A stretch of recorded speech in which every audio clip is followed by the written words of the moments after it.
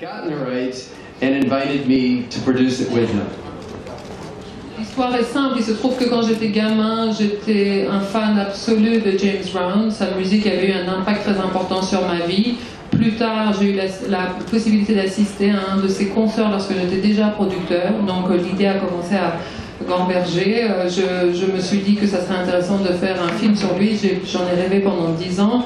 Il se trouve que James Brown est mort, j'ai perdu les droits et là c'est par chance un copain à moi, Mick Jagger, que vous observez, qui lui a acquis ses droits et m'a proposé de produire ce film. Voilà.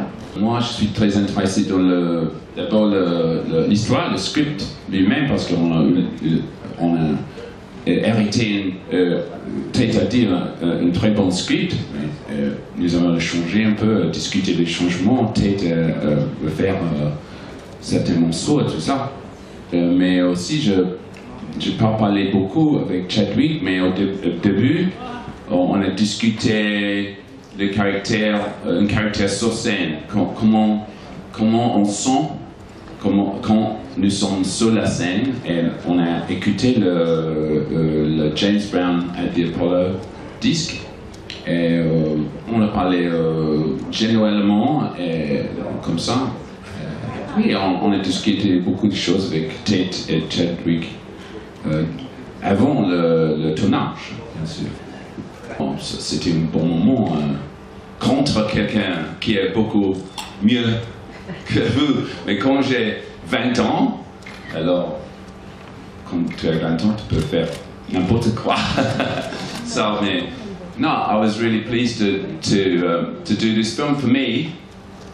And, you know, it's James Brown was someone that I always admired when I was very young, when I was a teenager, and following on, then I met him, I got to know him a little bit, saw him on stage. So this film for me is, kind of homage, if you want to call it. That's one thing it is, and I'm very proud to be part of it, and I'm very proud that it got made, and all these wonderful people sitting next to me did a lot of the work, but I'm very proud of it, and I'm very pleased the way it came out. Thank you. J'ai été extrêmement heureux et fier de faire ce film. James Brown était quelqu'un que j'admirais quand j'étais gamin. J'ai eu la chance de le rencontrer très tôt et c'est plutôt un hommage qu'autre chose. Et c'est ces gens géniaux à côté de moi qui ont fait tout le boulot. Mais moi, en tout cas, je suis très heureux et fier d'y avoir participé. Il travaille beaucoup, hein. Et parce que à cette époque-là, il fait, je crois que 5 shows par jour. De toute façon, il fait par 2 heures chaque show et ça commence lentement et éventuellement, ça fait les shows que tu connais, mais il fait 5 fois par jour. Et je suis très impressionné par ça, par le work ethic, si tu veux. Et aussi, il a une certaine façon de contrôler le public. Il connaît exactement qu'est-ce qu'il faut faire à un certain moment pour faire les ballades ou faire les chansons très vite. Alors il contrôle le public. Et ça, je suis très impressionné par ça. Yeah. I don't know how I did it. But don't count on that next time.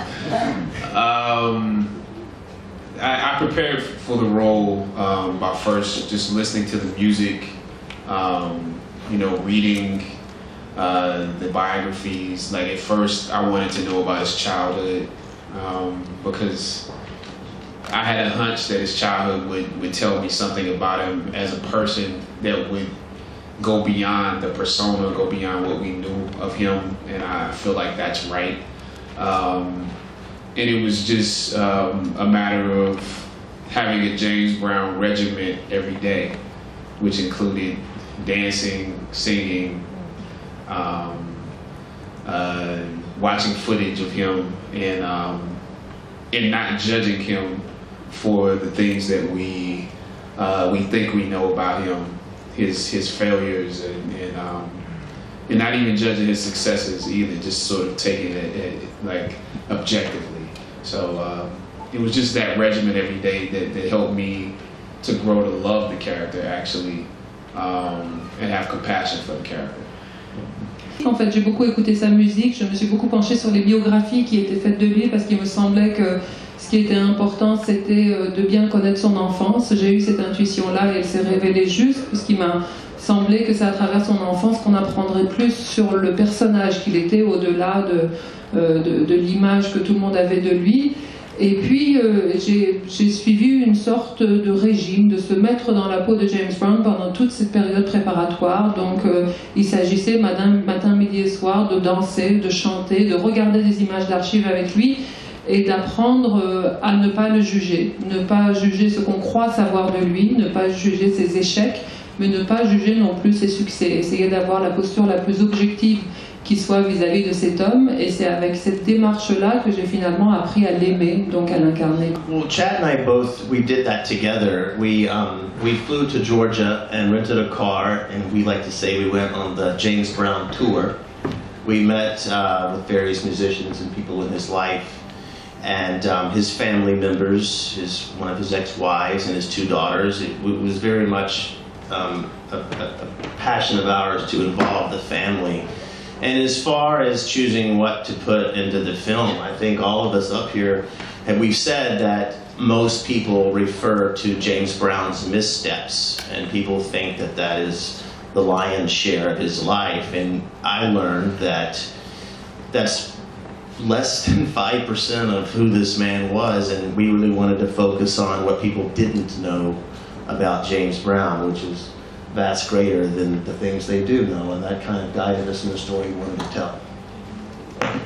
C'est quelque chose qu'on a fait ensemble avec Chad. On a pris l'avion, on est allé en Géorgie, on a fait ce qu'on a appelé notre tournée James Brown, c'est-à-dire on a pris une voiture et on est allé sur ses pas retrouver des membres de sa famille, où on a rencontré son ex-femme, on a rencontré 2 de ses filles, des musiciens qui avaient joué avec lui, et ça nous paraissait très important comme ça d'arriver vraiment à cerner le personnage au-delà de l'image qu'il avait. À notre sens, cette image s'était vraiment construite sur ses faux pas, et c'était un peu l'arbre qui cachait la forêt, puisque l'essentiel de cet homme-là était des choses qui étaient finalement peu connues, et c'est l'histoire que nous sommes attelés à raconter. I think that what we try to do, we have an overall intention, and the intention is to try to be as authentic and as accurate as we could possibly be. I think our basic belief was that we were making a movie that celebrated the life of James Brown and his accomplishment and his achievements in music. I think that being able to make the movie and achieve that and not be predictable, I think, was a goal.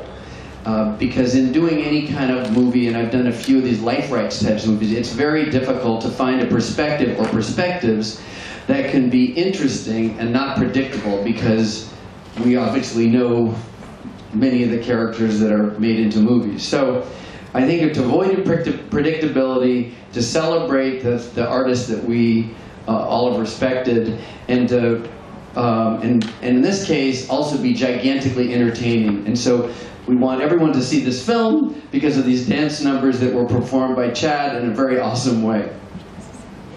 Ça, c'est une question vraiment difficile, mais ce que je peux essayer de dire à propos de ce film-là précisément, c'est qu'on avait une intention générale.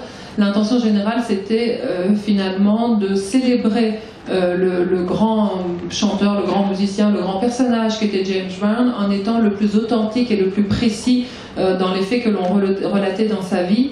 Et à la fois qu'on avait ce souci de célébration, il s'agissait d'essayer d'éviter de faire quelque chose de trop attendu, de trop prévisible. Et moi qui ai fait un certain nombre de films qui traitent d'histoires réelles, de la vie d'être réel, c'est toujours un défi et une gageure que d'arriver avec un matériau qui est connu de tous, puisque les faits sont là, de faire quand même quelque chose qui réserve une part de surprise et d'inattendu. Donc là, on était vraiment dans cette tension-là entre le fait de rendre un hommage véridique et en même temps essayer de surprendre.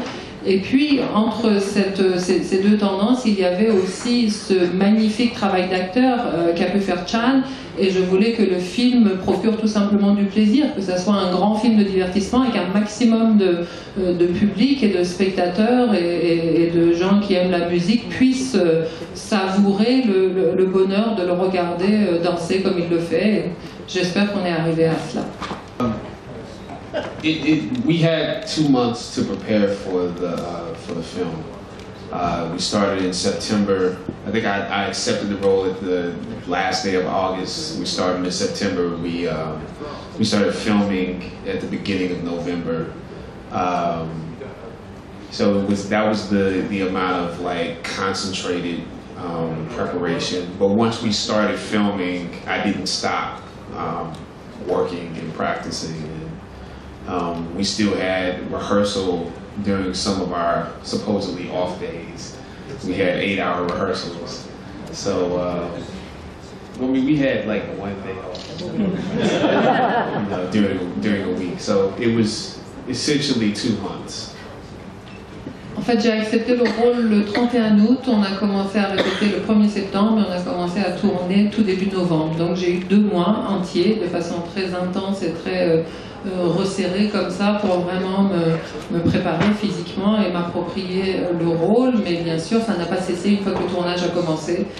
Quand nous avons commencé à tourner, les rares fois où il nous arrivait de ne pas tourner toute la journée, j'utilisais nos journées de repos pour faire 8 heures de danse. Donc ça a continué. Je veux jamais faire un biopic de Rolling Stones. Non, il y a des histoires, des scripts maintenant, mais ils sont tous horribles. Il faut dire, j'ai lu tout. Mais ils sont tous horribles. Et j'espère un séjour peut-être ça va passer, mais pas demain.